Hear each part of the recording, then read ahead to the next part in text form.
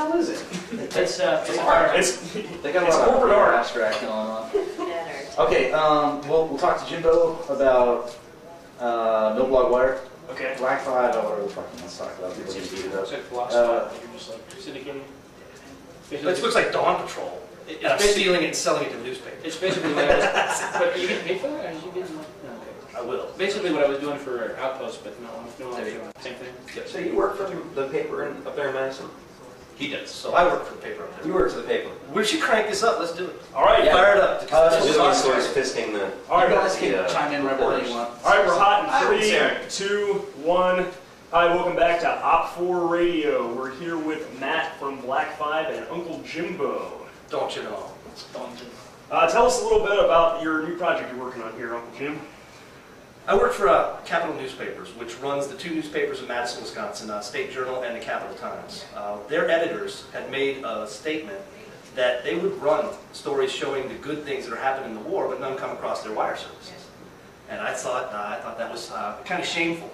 Now, I read the newspapers, and they tell me that nothing good is happening there. Are you going to counter this? I would say that's a damnable lie, and one I think we have all successfully countered. And the thing now is, we're in a position, I mean, I work in the same building with these people. I know them personally, and they're going to run stories from in theater. They're going to run them in the newspapers, and it's part of the company, Capital Newspapers, is part of Lee Enterprises, which is 58 papers in 23 states. They're going to go ahead and the editors in Madison are going to recommend to the folks across all those other papers that this is a valuable source of information. And God willing, the creek don't rise, we'll get some folks published in a bunch of papers across the country. Now, how many of those papers are red states, and how many of those papers are in blue states? Lee Enterprises is mostly mid-range. So we're talking, the biggest papers would be St. Louis and Tucson. Madison, again. Then you're talking Davenport, Iowa, Quad Cities, smaller papers, Corvallis, Oregon. So flyover country. More or less red state papers, if you want to put it that way. So there are places where there would be an audience that's not getting stories about their friends and family who are in the military or deployed and would love to hear, hey, really, there was a hospital went up. At Abu Ghraib, as a matter of fact. Shocking. Now, we've also got Matt from Blackfive here. You guys may have heard of him if you read Milblogs. Matt, I got to ask you about people you should know. Well, it's all right, we can do it. people you should know is, or someone you should know, was started basically because there wasn't this, there wasn't this presence in the media. And a lot of it started out by just folks sending me emails or talking about their loved ones overseas. And Jimbo's point about the smaller papers, the local papers, they do pay attention to a lot of the stories that the troops make. And when I do talk about good journalists, for instance, Milwaukee Journal, Sentinel Journal does a good job of covering Wisconsin boys and girls in Iraq, and they do a really good job of covering a lot of the more positive aspects. But you don't see that in the bigger papers like the Times or the Post, or maybe even the Chicago Tribune. And so what we're going to try to do, well, there's 2 things that we're doing. One is Jimbo is trying to take over the world with Milblog Wire, and I fully support his endorsement for press secretary for President Bush. And then second of all, I think I've started doing a radio spot in Boston, and it's the #1 talk radio in New England. And it's called Pundit Review at punditreview.com. And every week we highlight someone you should know. And it's something that their listeners wanted. And it's a way to sort of pump in the media and try to get these people noticed. I was on CNN a couple weeks ago, and a first segment called On the Story. And it's basically journalists patting themselves on the back for a great job that they did. They're supposed to be looking at whether or not they did a good job.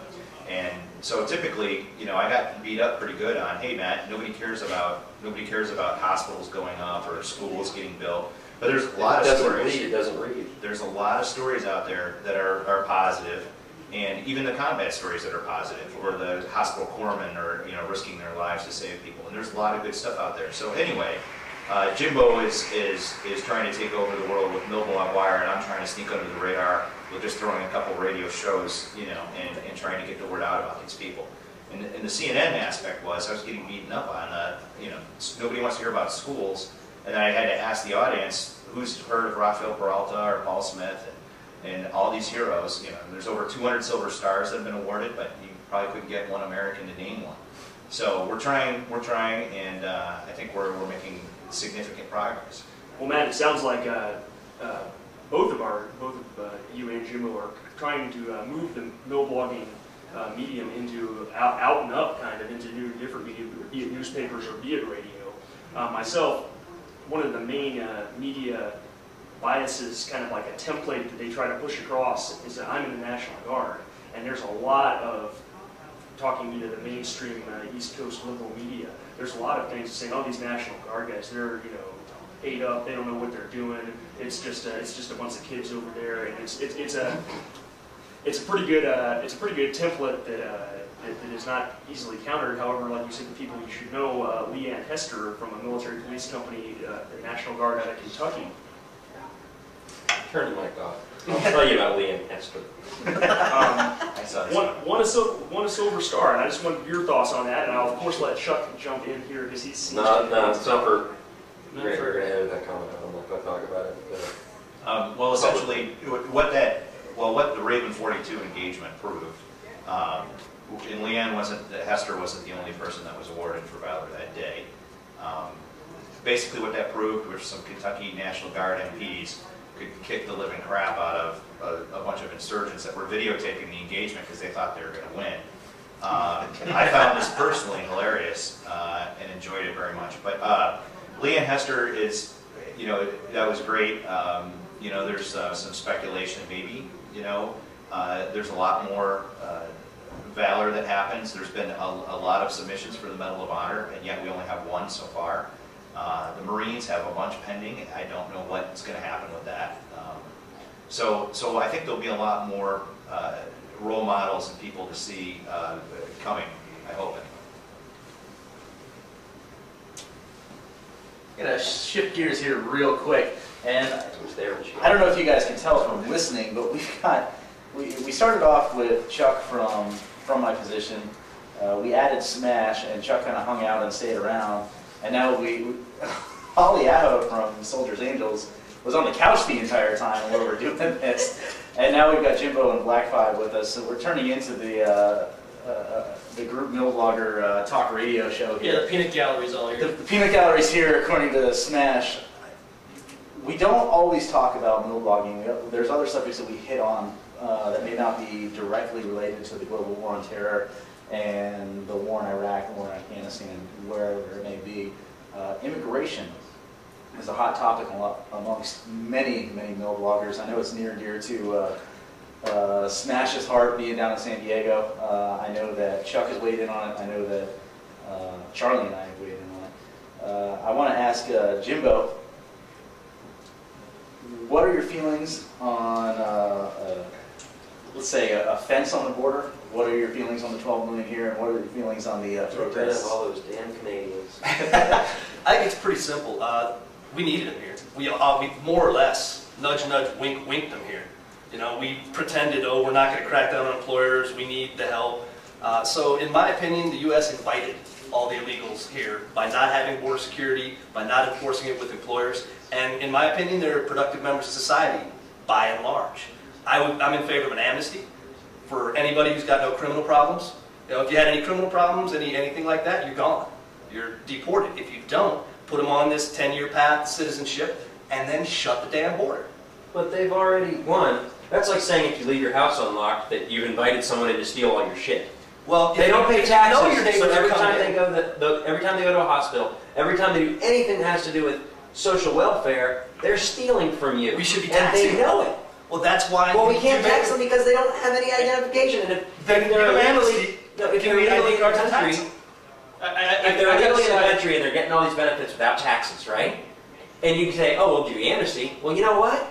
They're not going to come in and register. They're going to stay illegal so they don't have to pay taxes. Then you enforce it through the employers. You say, at that point where we granted the amnesty, you either accept, step up to the plate, decide to become an American, pay taxes for your benefits, or we kick them out and we fine the employers with enough money to make them actually pay attention. But there's a lot of misconceptions here. I mean, I live in a border town. I live, what, less than 15 miles away from the busiest border crossing in the world, the San Diego-Tijuana border. There's a lot of illegal aliens in my town. A lot of them actually do end up paying taxes, and they never file a tax return, so they don't get a refund. that they do take out Social Security, so they are contributing somewhat. The problem is where the benefits come in, they're not being counted in the census towards the schools, so the schools aren't getting the money they need. And a lot of them are going to the emergency rooms and then not paying because they don't really have the financial, the structure behind that a citizen or a permanent resident would have to have the bank account to pay that type of thing. So the costs fall on the rest of us. Jimbo's got a point here, and that is we've got 12 million.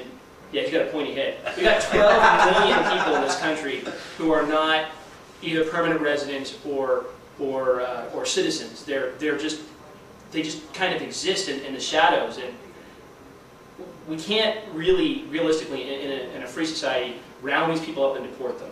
But also, there's an inherent problem with just giving a blanket amnesty program, because then, of course, everyone is going to pour across the border and say, "Oh, hey, I was here when they did." Charlie, what are they doing now? I mean, what's the difference? What's the difference? Right now, I tell you right now, with the talk of amnesty, there are thousands of people pouring across the border as we speak. But saying that the problem is too big to handle, I mean, you know how you eat an elephant? One bite at a time. One bite at a time. Maybe we don't deport all 12 million illegals tomorrow. Maybe we make a 5-year plan for a good socialist idea. The wall isn't going to be built in a day, but you know what? I know about 4 guys that could sit around, 4 Army captains that could sit around and figure out the logistics of building that wall using labor of people in camps that were rounded up, that are illegal aliens.